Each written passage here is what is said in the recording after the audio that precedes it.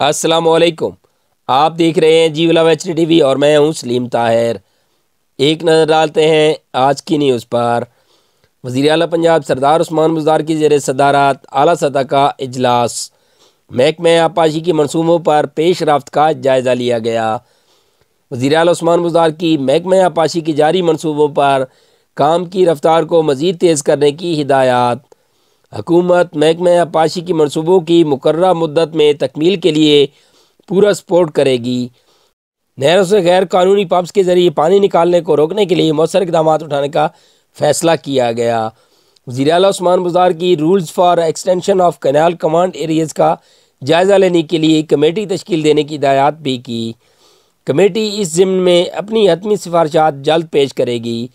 نہروں کے ساتھ اراضی پر قبضہ ختم کرانے کے لیے مؤثر پالیسی تشکیل دینے کا فیصلہ بھی کیا گیا۔ وزیر اعلیٰ عثمان بزدار کی پالیسی کو مقررہ ٹائم فریم کے اندر پیش کرنے کی ہدایات۔ چشمہ رائٹ بینک کینال کا کنٹرول محکمہ آبپاشی کو دینے کے لیے فوری اقدامات کیے جائیں گے۔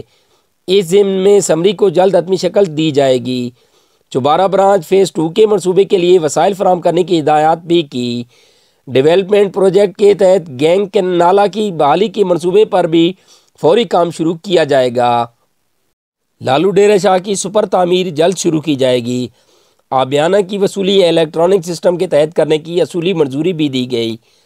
وزیر اعلیٰ عثمان بزدار کی صوبائی وزیر خزانہ کی زیر صدارت ریسورس موبلائزیشن کمیٹی کو آبیانہ سسٹم کا جائزہ لینے کی ہدایات بھی کی۔